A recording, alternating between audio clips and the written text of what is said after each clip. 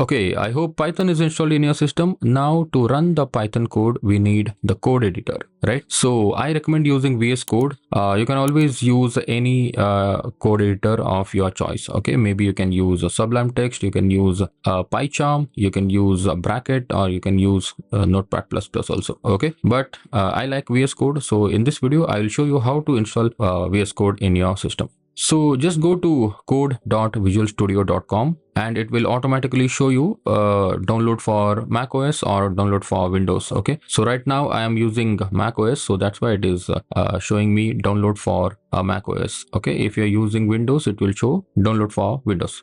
Okay, simply download this installer, and it is a very simple installation process. It's just like how you install a normal software on your system. Okay, so once it is installed, and double click it